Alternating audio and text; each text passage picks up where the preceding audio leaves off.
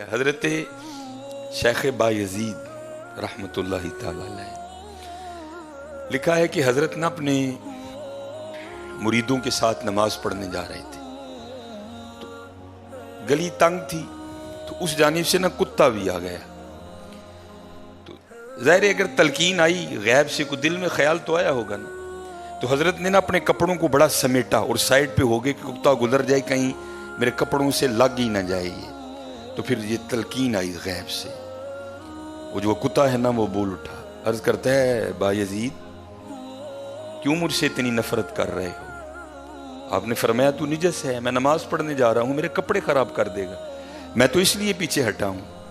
تو کتا آگے سے کہتا ہے حضرت اگر میں گیلا ہوں تو پھر نجس ہوں، پھر ناپاک ہوں، اگر خشک ہوں تو پھر تو میں ناپاک ہی نہیں، اگر آپ کے کپڑوں سے لگ بھی گیا تو کچھ نہیں ہوگا، اگر گیلا ہوں تو لگ گیا تو پھر آپ کے کپڑے ناپاک کروں گا، لیکن پھر بھی میری ناپاکی ایسی ناپاکی ہے کہ 3 بار کا جو پانی ہے وہ اس ناپاکی کو دور کر دے گا. اگر آپ کے کپڑوں سے لگ گیا نا 3 بار، اگر آپ اپنے کپڑوں کو پانی سے دھوئیں گے تو کپڑے پاک ہو جائیں گے. لیکن بایزید کبھی تو نے اپنی ناپاکی پہ غور کیا؟ میری ناپاکی تو وہ ہے جس کو 3 پانی دور کر دیتے ہیں، لیکن تیری ناپاکی تو وہ ہے جس کو 7 سمندروں کا پانی بھی نہیں دھو سکتا. جا کے پہلے اپنی ناپاکی دور کر.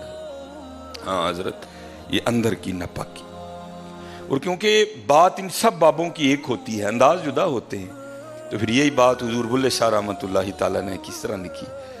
آپ فرماتے ہیں پھلاں دا تو عطر بنا، پھلاں دا تو عطر بنا، عطر دا پھر تو کڈ دریا، دریا وچ پھر تو ڈبکیاں لا. ذرا بات کی گہرائی تک جانا. حالا عطر کیا ہے؟ تھوڑا سا شیشی پہ لے کے اپنی ہتھیلی پہ لگایا، اس طرح کر کے جسم پہ لگا دیا، جہاں سے گزرو گے وہاں سے بھی پتا چلے گا اس بندے نے عطر لگایا ہے.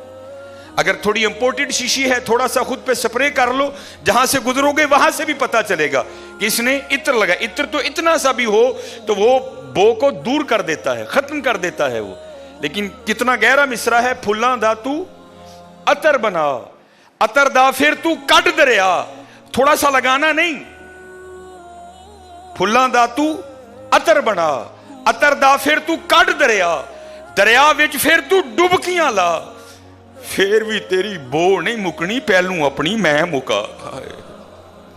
پہلوں اپنی میں مکا. انہوں نے تو بنایا تھا فقیر، چل تو آج تو بس ساڈا فقیر لے، لیکن یہ میں اس نے پھر موقع ضائع کر دیا. میں حضرت پھلاں دا تو عطر بنا، عطر دا پھر تو کڈ دریا، دریا وچ پھر تو ڈبکیاں لا، پھر بھی تیری بو نہیں مکنی، پہلوں اپنی میں مکا. اور جس نے مکا لی حضرت اس کا کام بن گیا. وہ تو ہے ہی کریم. ہاں، اور کتنے کریم ہیں میں آپ کو بتا نہیں سکتا حضرت. یہ ہفتے کی رات تھی، جو پچھلا ہفتہ گزر گیا نا، جس طرح کل ہفتہ آئے گا. یہ بھٹر میں پروگرام تھا، تو پروگرام پہ گئے، وہاں سے مجھے آتے آتے نا تقریباً 12 بج گئے. جب میں گھر آیا نا تو چھوٹا بیٹا میرا، سب سے چھوٹا ابراہیم، بڑا رو رہا تھا. تو ماں اس کو چپ کرانے کے لیے نا وہ ٹہل رہی تھی، اس کمرے سے اس کمرہ، اس کمرے سے اس کمرہ. تو وہ کہتی ہے کہ شاہ کے بعد کی اس کی طبیعت خراب ہے، مسلسل رو رہا ہے. میں نے بڑا چپ کرایا، نہیں کر رہا. تو اس طرح کریں اس کو کسی ہاسپٹل لے چلتے ہیں. میں نے کہا چلو. عمل خدمت لے گئے، وہ ڈاکٹر نے چیک کیا، اس نے کہا بچے کا گلا خراب ہے، اور جب بھی بچوں کا گلا خراب ہوتا ہے نا ساتھ پھر ان کے کان میں بھی درد ہوتی ہے، اس کے کان میں درد ہے اس لیے رو رہا ہے. اس نے وہ دوائی وغیرہ انجیکشن وغیرہ لگائے، اس کے کان میں ڈراپس بھی ڈالے. لیکن میں نے کہا نہیں، میں آدھا گھنٹہ ویٹ کروں گا، بچے کی جب طبیعت سنبھلے گی نا میں پھر ہی گھر لے کے جاؤں.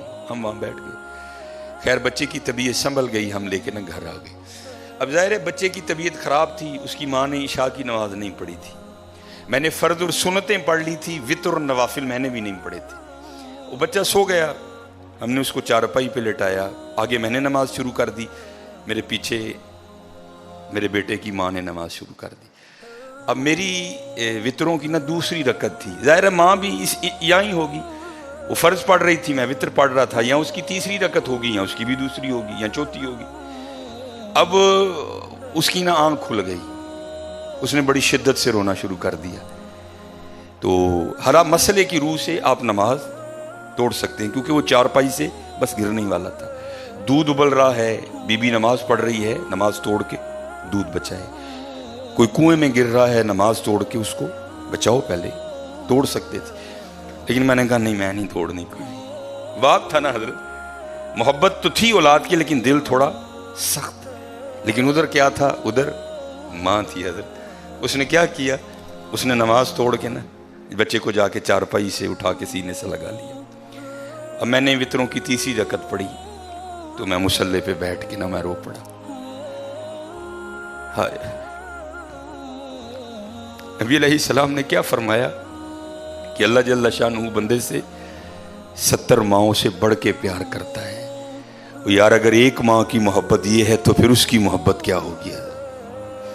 اگر ایک ماں کی محبت یہ ہے کہ اس نے نماز توڑ کے بچے کو سینے سے لگا لیا، تو پھر تصور کرو حضرت، جو 70 ماؤں سے بڑھ کے پیار کرتا ہے اس کی محبت کیا ہوگی؟ لیکن بات پھر وہی ہے حضرت، ہم تو مائل با کرم ہیں، لیکن کیا ہم تو مائل با کرم ہیں، لیکن آگے سے کیا؟